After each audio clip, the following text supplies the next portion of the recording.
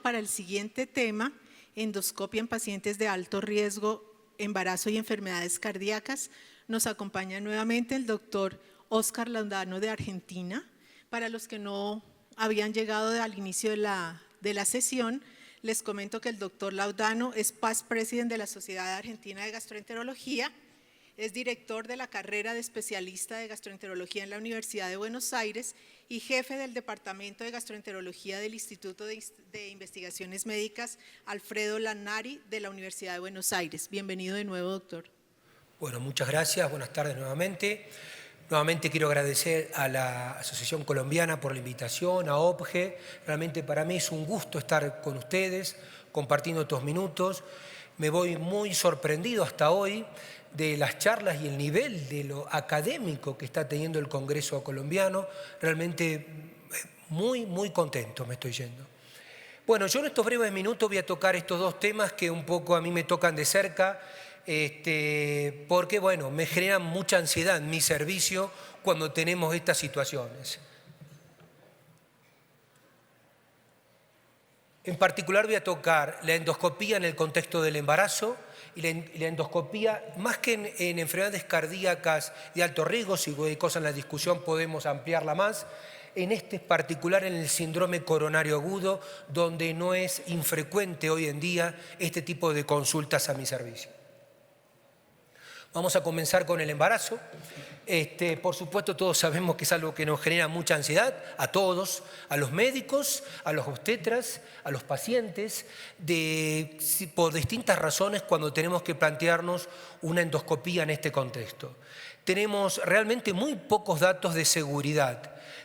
Como acá comento, son series pequeñas, estudios retrospectivos, observacionales. Esta es la evidencia con la cual contamos. Todos sabemos que el feto es particularmente muy vulnerable durante el embarazo a la hipotensión y a la hipoxia materna, algo que tenemos que tener muy cuidado. Y el gran problema, la gran preocupación que nos da es el riesgo teratogénico que pueden tener estos procedimientos durante el embarazo, por los fármacos que utilizamos, el procedimiento en sí mismo y en el caso de ERCP, el tema de las radiaciones. Los conceptos generales para plantearse realizar una endoscopía en el embarazo son obviamente estos, ¿no? Indicación que tiene que ser muy clara, estar muy seguros que realmente es lo que conviene hacer.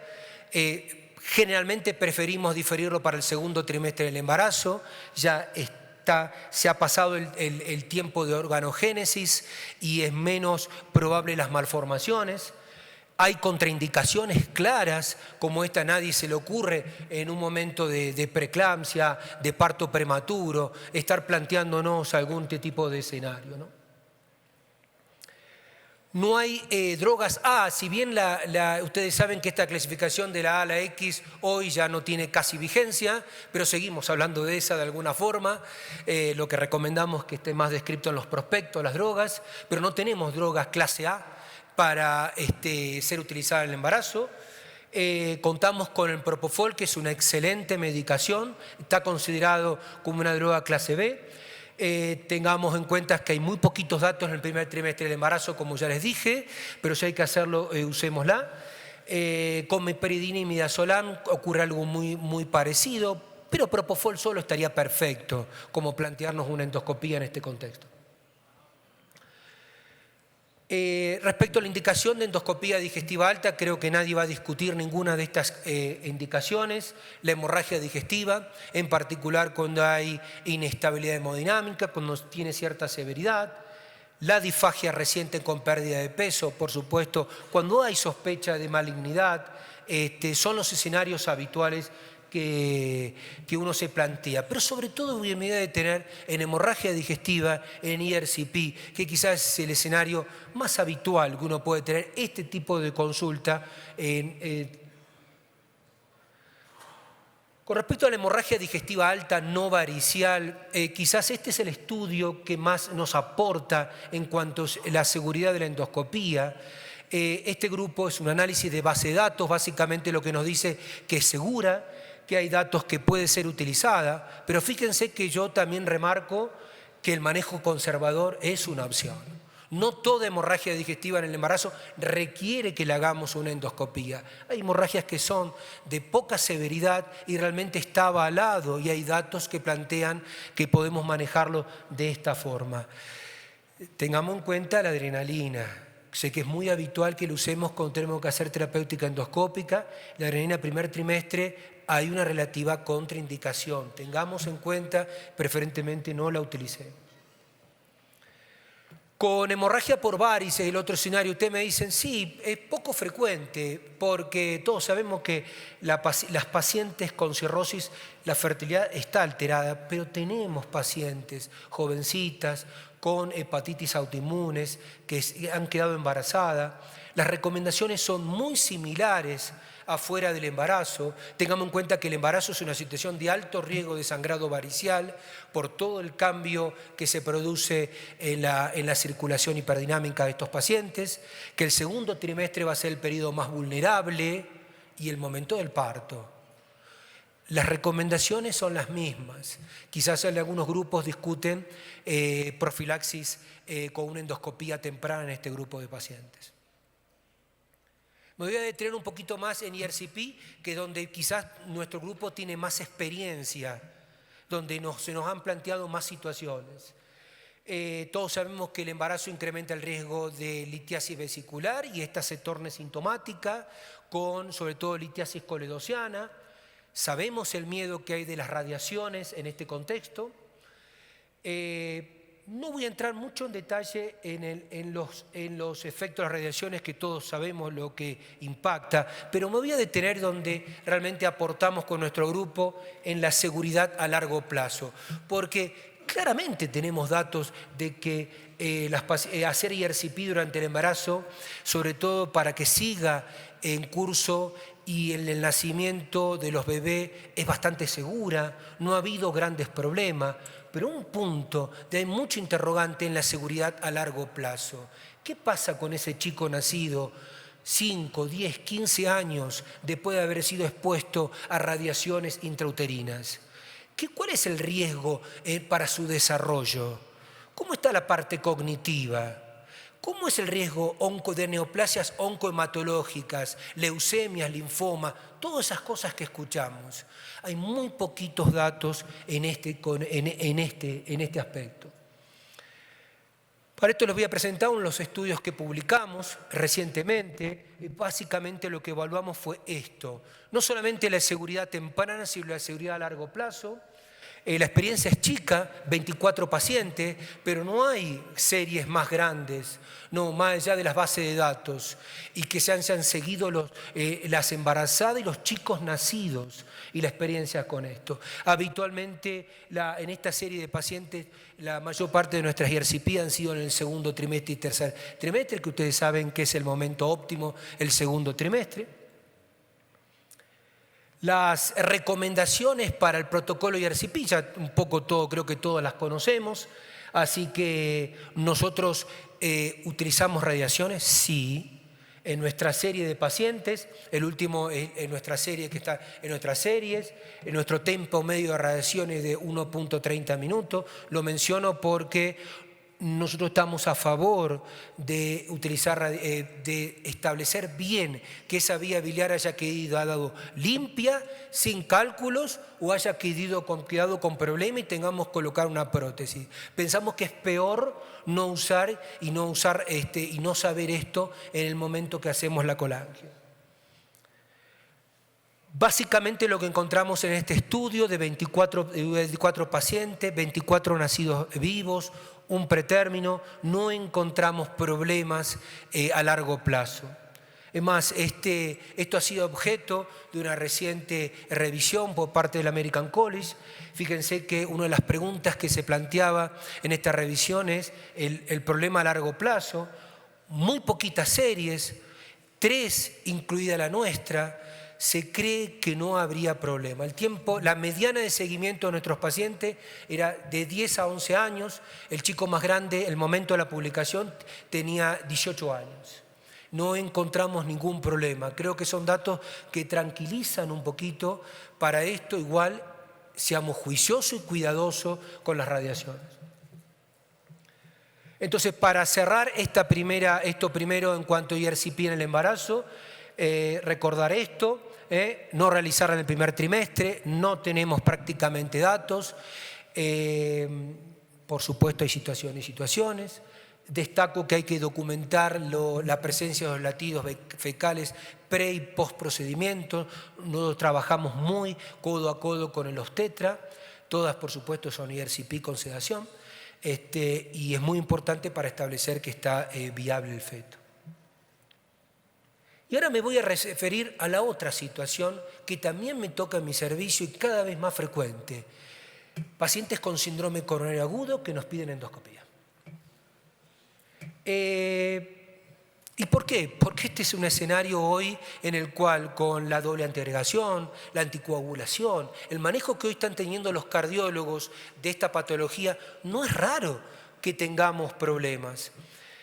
¿Cuáles pueden ser los escenarios que nos pueden plantear? El paciente que estuvo un sangrado. Le colocaron un stent, hizo una hemorragia digestiva o sangró, vino con un infarto y presentó en simultáneo y se detectó, vino con una hemorragia digestiva y se documentó un infarto. Pacientes con anemia que ingresaron, tiene un síndrome coronario agudo, tiene una anemia severa y nos pide el cardiólogo, ok, tenemos que estudiarlo, queremos saber cómo es el riesgo que va a tener este paciente una vez que le coloquemos este stent o le hagamos el cateterismo. No es raro esto, pacientes con anemia severa y nos estén planteando esto. Es muy importante también para determinar la estrategia quizás del stent a colocar. Ustedes saben que no es lo mismo colocar un stent con droga que de estos stent liberadores de drogas que los que no tienen liberación de droga. Hoy tenemos acceso a eso y plantean escenarios distintos que probablemente el cardiólogo lo necesite antes de hacer el intervencionismo. Y a veces nos pasa porque tienen síntomas que nos hacen pensar que puede tener una enfermedad maligna de base. ¿Cuál es el riesgo? Hasta cuando yo me formé estaba contraindicada la endoscopía en un paciente que había tenido un infarto o un síndrome coronario agudo. Entonces, yo me eduqué con decir contraindicación porque es una prueba ergométrica y no se puede hacer. ¿Por qué? Por estos riesgos, el riesgo isquémico, de arritmia, insuficiencia cardíaca, pero como les acabo de contar, no es raro estos cambios que se han producido y estos nuevos escenarios. Sabemos que la endoscopía globalmente está considerada como una práctica de bajo riesgo, globalmente, ¿sí? En este caso por la Sociedad Europea de Cardiología. Pero si miramos el espectro de los pacientes, vuelvo a plantearles, tanto el síndrome coronario agudo son pacientes de alto riesgo, igual no es lo mismo el paciente que tiene un infarto con un infarto transmural con supradesnivel que un paciente que tiene un síndrome coronario agudo sin cambios en el electro y sin biomarcadores alterados. La estenosis aórtica severa por tiempo no lo voy a tocar, pero también es otro escenario que nos está tocando hoy. Ustedes saben que es la valvulopatía que ha cambiado esto en cuanto a lo que teníamos antes. ¿Qué datos tenemos para... ¿hacemos endoscopía o no estos pacientes? Mañana va a estar con nosotros el doctor Alan Barkun, que fue uno de los responsables de esta revisión sistemática de los estudios publicados 2016, ¿sí? Global, ¿sí? Mis pacientes del hospital, sangrado, anemias, no es solamente infartos. Es lo que nos planteaba en este estudio, es que casi un 10%, 9% de complicaciones. Fíjense la conclusión, ser muy cuidadosos, porque estos pacientes son vulnerables a las complicaciones. Pero posteriormente a esta revisión sistemática, hay 2 estudios posteriores muy grandes realizados en Estados Unidos. Es cierto, son de base de datos, pero son números muy grandes. Este es uno de los autores principales de la Cleveland Clinic, en el cual nos muestra que pacientes con síndrome coronario agudo, con sangrado en este caso, no los otros pacientes simplemente con anemia que yo les comentaba, ¿sí? Fíjense los pacientes, la mortalidad es distinta y en los pacientes que se realizó endoscopía les fue mejor que aquellos que fueron manejados conservadoramente, en forma conservadora.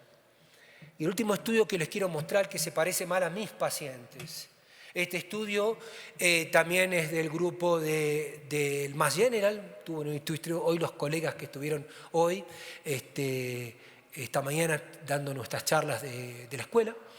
Se parece más, ¿por qué? Porque incluyó pacientes no solamente con hemorragia digestiva alta, sino mis pacientes con anemia severa que me vienen a consultar para que les pueda establecer el riesgo que van a tener de sangrado una vez hechos los procedimientos. Un estudio muy grande, ¿sí? 55.000 pacientes que les hicieron endoscopía que tenían síndrome coronariano agudo y mucho más amplio. Fíjense, cuando este grupo ajusta a las distintas variables que son muy importantes, estas variables confundidoras que transforman un paciente en cuanto al riesgo cardiovascular, nos dicen que la endoscopía puede ser segura realizada con estas indicaciones que estoy hablando yo. No estoy hablando de hacer la endoscopía a todo el mundo, ¿sí? Entonces, básicamente, y para ir cerrando, estas son mis conclusiones más importantes para compartir con ustedes. Si la indicación es clara, la indicación es un paciente que tiene un sangrado, tiene una indicación semiurgente, como puede ser una anemia, sospecha de patología digestiva, yo creo que tenemos datos para tener luz verde para hacer un procedimiento endoscópico y ayudar al cardiólogo y al equipo multidisciplinario a manejar estos pacientes, ¿sí? Si son estudios electivos, nadie se va a plantear hacer en este contexto. Seguimos con la recomendación de esperar por lo menos 3 meses a que se estabilice la enfermedad del paciente. Muchas gracias. Muchas gracias, doctor Laudano. Excelente revisión y 2 temas que son muy frecuentes en el ejercicio clínico, mira, aquí en Colombia.